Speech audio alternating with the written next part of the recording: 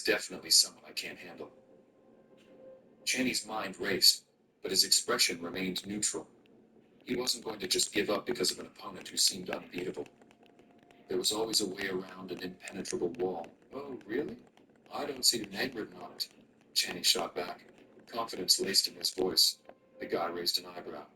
My name doesn't have to be on it for it to belong to me, he responded smoothly.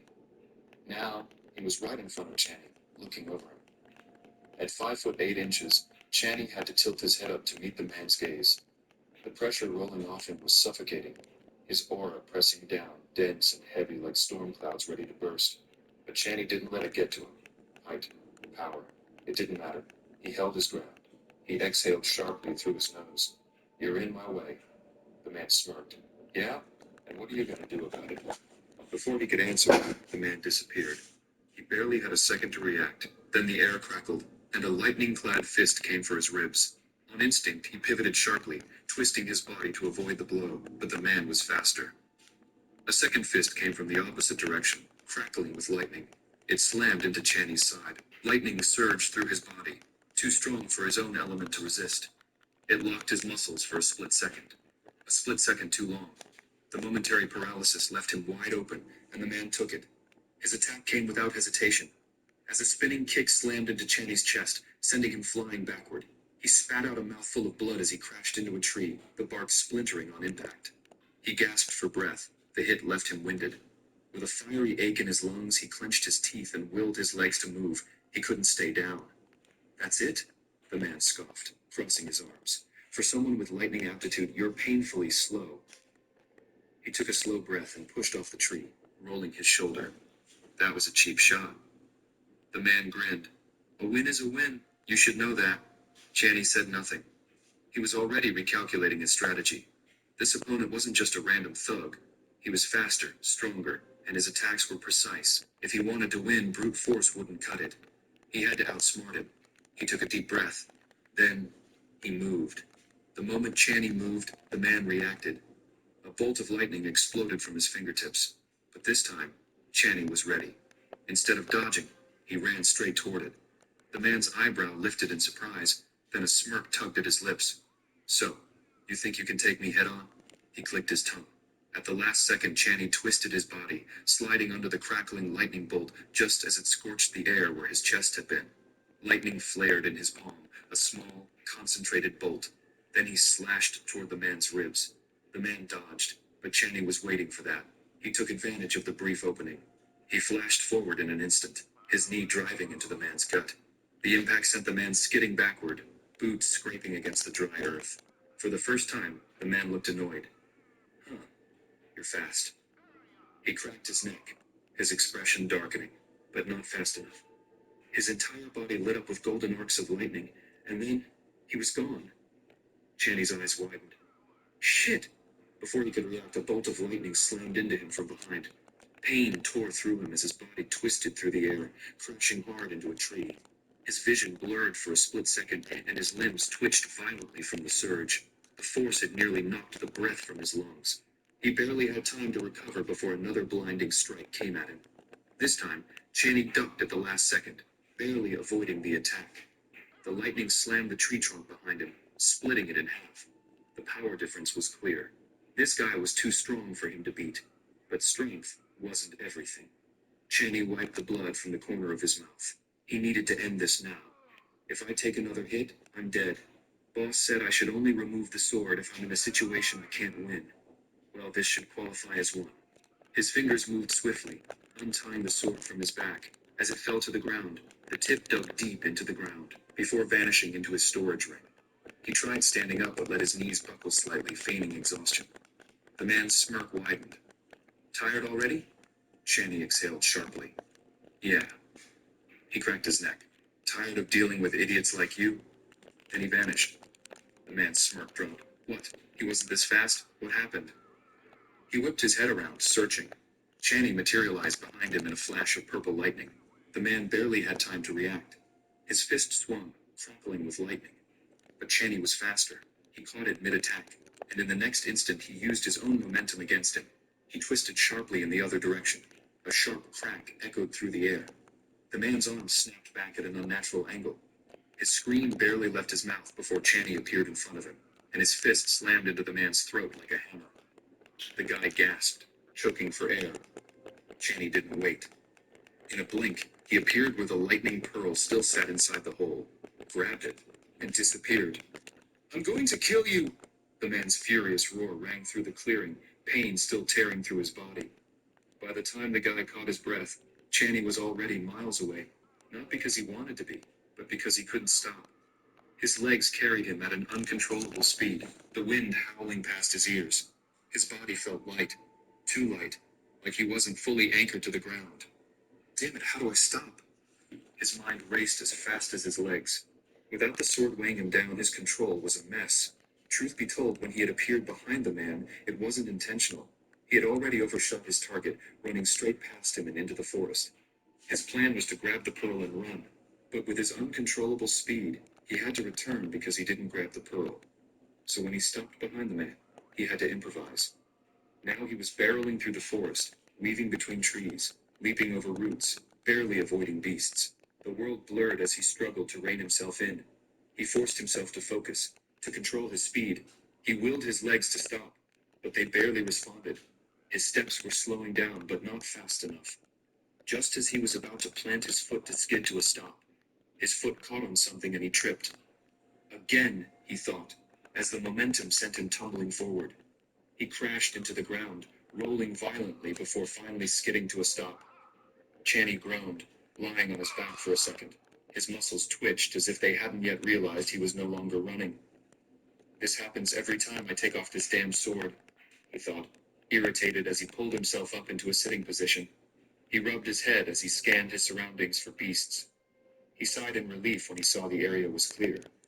After taking an analeptic pill and recovering, Channy placed the sword back on his back. Then he climbed the tallest tree he could find. He needed to know if he was in the right direction. Once he reached the top, his eyes glazed over as he scanned the distance. After searching for a while, he spotted Reyna's aura thread, but it was almost out of his range. He needed to get back on track. He had no time to waste, so he set off in her direction immediately. Dear listener, now playing the next audio series. Austin Smith, clean up your things and leave, said Lily Taylor, the sales manager of Sunrise Group. Am I fired? Austin was momentarily stunned. I've been working well. Why am I being fired? The company feels that you are no longer suitable for this job, so they don't need you anymore. Austin was a staff member in the sales department of Sunrise Group. Since starting work, he had never taken a day off in over half a year. Because he worked so diligently, he had thought that he might get a promotion and a raise. Unexpectedly, today he was fired. Mrs. Lilly, aren't you going too far? Sometimes it takes a different approach. Great. Let's go with that one. To see the possibilities all around you. At Capella University, you'll learn in-demand business skills relevant to the career you want. Just because I usually don't give you gifts, you're firing me without reason? Isn't this illogical behavior on your part? Austin tried to defend himself. You want to talk about logic? Are you entitled to discuss it with me? I still have another meeting to attend later. Go now. Don't waste my heavy cloaks, their spears and axes gleaming under coats of frost. They climbed for hours under the relentless storm until finally they reached the summit. The world seemed to fall away beneath them, and all that remained was the vast frozen expanse of the north and the endless sky above. Prince Drew narrowed his eyes against the snow as he stepped forward to the edge of the plateau. There it was. A massive hole gaped in the mountain's surface, wide, dark, and yawning like the mouth of a beast.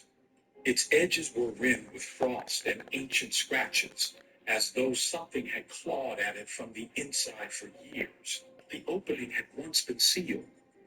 The enormous round boulder that had blocked it now lay to the side, half buried in the snow. Drew's jaw clenched. His breath trembled as he whispered under his breath. Just like I thought. They moved the rock away. He turned to face the soldiers behind him. His eyes burned with fierce determination as his voice rang out against the wind. Let's go. Without hesitation, he lunged forward and dove into the hole. The wind rushed past him as he fell through the darkness. Then, thud, he landed in a crouch on solid rock. The air here was colder, heavier, and tinged with the faint stench of blood and beasts. Lucas landed beside him moments later, armor clinking softly as he stood tall. One by one, the soldiers followed, dropping into the cavern with practiced precision. Their boots struck the rocky floor with heavy echoes, and soon the wide chamber was filled with dim silhouettes lit only by a scattering of icy crystal growths embedded in the cave walls. The crystals pulsed faintly, casting an eerie silver blue light across the damp, uneven terrain. Then, Scrooge! Boom! A loud slam echoed from above. The soldiers stiffened.